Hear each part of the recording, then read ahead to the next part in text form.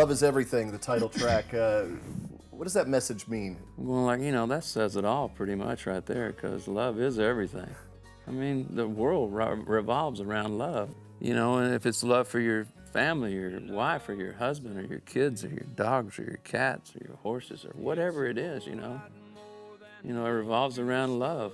And love is something that if you lose it, it's gonna hurt. So, I mean, I just thought it was a great title.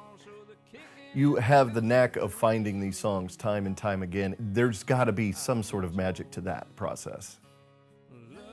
Well, it's not a formula that I can, say this is how you do it. I just know a song that fits me when I hear it. I've just been, fortunate to have people like Dean Dillon, writing great songs for me, and Tony Brown producing. Lauderdale, Frank Dacus, just to name a few other writers. There's been a ton of great writers who've sent me a lot of great songs, and so I don't know. It's just I've just been very fortunate. And what brought you back to the writing aspect of your career? Well, I've said it before. As my son, Bubba decided he wanted to start writing, and just his influences with Texas music and all the writers here, and he decided that. He wanted to pursue that, and asked me if I wanted to write with him, and I said, sure, let's give it a shot. If I could change one thing, it would be that, that I never would have quit writing, during my career. But, like I say, I was fortunate enough to find great songs, and, I don't want an album to go by now that I don't have at least one song on it that I've written, and hopefully more than that, Give it all we got tonight. George goes sexy on us. Yeah, it is a little risque, but I'm sure you've been parking before I believe I in have. Your day. We all have, I'm sure, but that's kind of what it's about. Being 60, I'm going, I don't know if I can pull this off or not, but I think it came off all right. Perfect subject matter for your 60th number one hit. Exactly. To see the support from radio, from fans calling in and requesting the song, it's been an interesting thing to watch, hasn't it? It has, and I see a lot of the radio guys out on the road, and man, the support that they've shown is just, man, we're gonna get that thing there, they're telling me, and it's a great record, and we're gonna see it through, it's gonna go number one, and even if it doesn't, man, I want to thank them so much for their effort. It's just been incredible. I mean, it's the King. Who's going to stop that one from going to number one? Hey, I don't know about that King stuff, but that's not what Norma says. What is her word for you? Well, it's not the King, I can tell you that. She's the Queen, though. Absolutely, she's the Queen. I Got a Car. Talk about I Got a Car, and just a portrait and the metaphor of the car. Yeah, it's just about a guy that, and this car goes through the whole song where, he wants to meet this girl. He walks up out of the blue and says, hey, kind of like a shot. And she says, yeah, I saw you coming over here. I already thought it over, and okay. He goes, well, good, well, I got a car.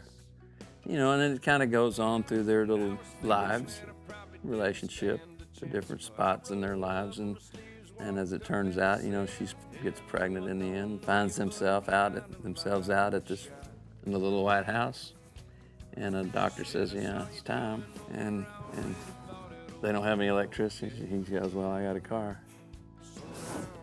Says, you think it'll start? He goes, it's already running. Got your things in the back. I'm ready when you are. Do you see a little bit of your relationship with Norma in that song, I Get a Car, using that metaphor? Oh, sort of, I guess. Maybe. I think I said what I say. The car is a metaphor for love, but it's a vehicle to carry the song in. Yes, brilliantly.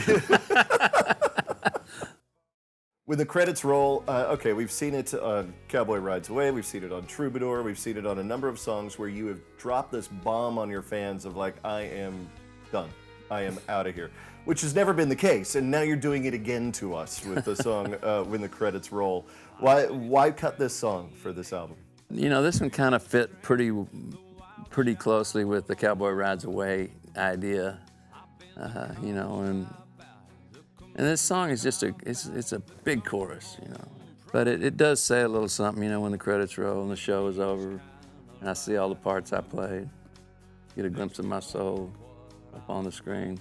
Only hope I can say I was a little less villain and a little more hero. But it's a big song, huge song, and I mean, it's just, that is a radio hit. Sounds like one to me. And then say we get this 60th #1 record, you know, then I'm only gonna want 61. You don't stop at 60. You can't stop at 60, are you kidding? So here we go again. The set list is the real treat for these fans, especially if they get to see you multiple times on this Cowboy Rides Away tour. Is the set list is a constant evolution, isn't it? Well, I'm going to do a lot of, hopefully, of these songs on the Love Is Everything album. I was talking to my producer, Tony Brown, about it yesterday. He said, are you doing any of the new stuff? I said, well, not yet, you know, but we're just getting it finished, you know. So he said, well, you know, you're gonna do some next year, aren't you? I said, well, yeah, I'm gonna do a lot of them. I'm gonna have to be up there about 3 hours next year. He said, well, you know what? Just do it. It's the home stretch. Why not? I know. Was I in it for the money? Was I trying to be funny? Was it all about me being right? Was I stand-up witness? Did I offer some forgiveness? Help somebody see the light? When the curtain comes down someday, I wonder what the critic will say. When the credits roll and the show is over and I see all the parts I played, get a glimpse of my soul.